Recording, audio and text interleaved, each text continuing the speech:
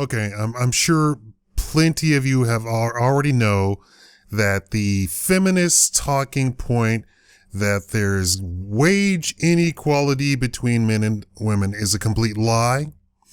And when they say, but a study said that women make 77 cents to every dollar that a man makes, completely debunked.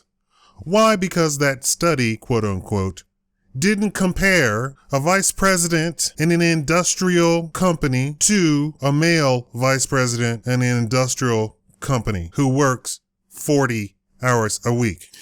And you know what happened when they actually did do that? They found that women make more money than men. Now, how is that possible? It's very easy. Women are few and far between when you get higher and higher and higher in the ladder to success in the working and job market, right? So because there are fewer and fewer women that actually want to do that job, let's make that clear. You find that they are unique and therefore they demand more money. So we have this idiot, Patricia Arquette, who won Best Supporting Actress for her role in Boyhood at the Oscars. And she called for wage equality in her acceptance speech on stage. Now let's go behind, and of course nobody even watched the Oscars. It was the worst viewing in the history of the program, I believe. Then we go backstage, and they asked her to explain herself. And this is what she said. So the truth is, even though we sort of feel like we have equal rights in America, right under the surface, there are huge issues that are applied that really do affect women. And it's time for all women in America and all the men that love women and all the gay people and all the people of color that we've all fought for to fight for us now.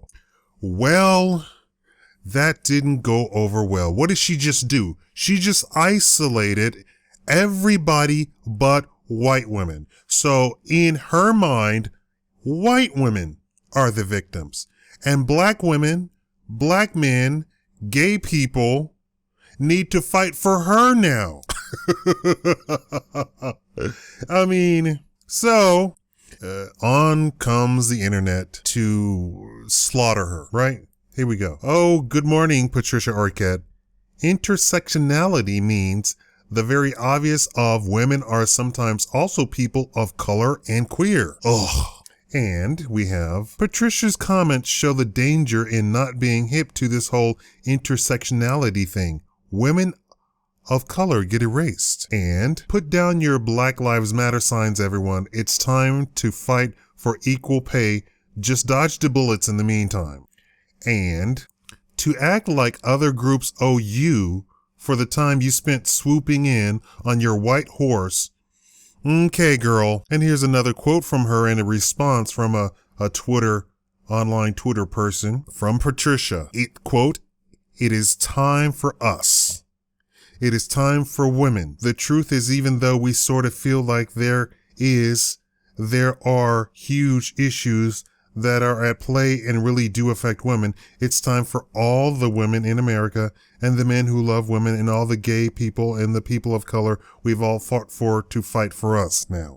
And the response, Patricia Arquette sure ruined her nice comment, her nice moment.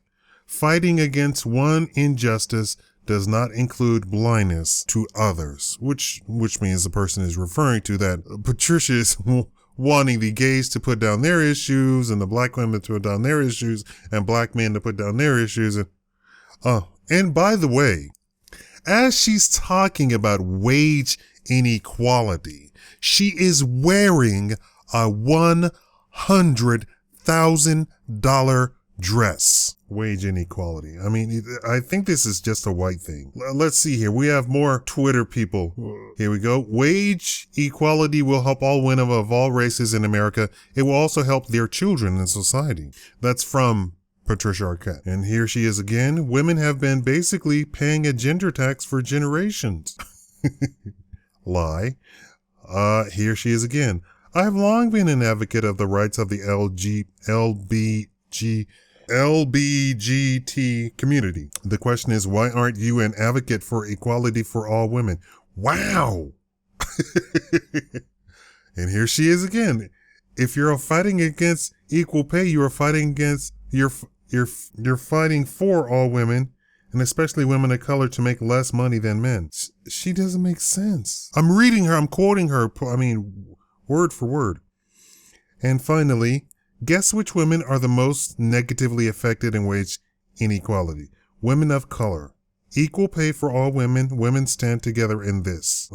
It's possible that she wasn't thinking clearly, given that she had just won an Oscar for a role she spent 12 years playing, and those comments happened literally minutes after she received a massive award. So yeah, that's the finality of it. I mean, the entire, you can't make this stuff up. You can't make stuff like this up.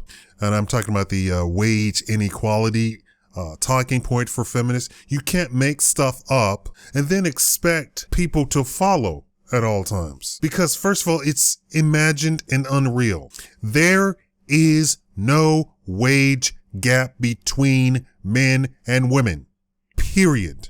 There never was. Oh, does that sound shocking? Does that sound improbable? There never was a wage gap between men and women. A secretary made a secretary's wage. Did they have men secretaries making more than women's secretaries? No. Did they have women retail people making less than men retail people? No, there never was. What they're trying to do is compare all women and how much they make to all men and how much they make. And you can't do that. Why? Because after year 5 or so, women take a break from working completely and go raise a family. Even in this day and age. And I'm talking about whether the person is a secretary or a CEO or a CFO or a COO. There have been books written just on this by other women who say you can't do it all. Yes, you can go and put off your life as a woman, as a female human being for a few years and go to college, get your undergraduate degree, get your master's degree, and come out swinging, falling into the CFO position, the COO position, the CEO position. I mean, just landing in it. But come year 5 after that, your husband says, hey, I married you for a reason. We want to have children.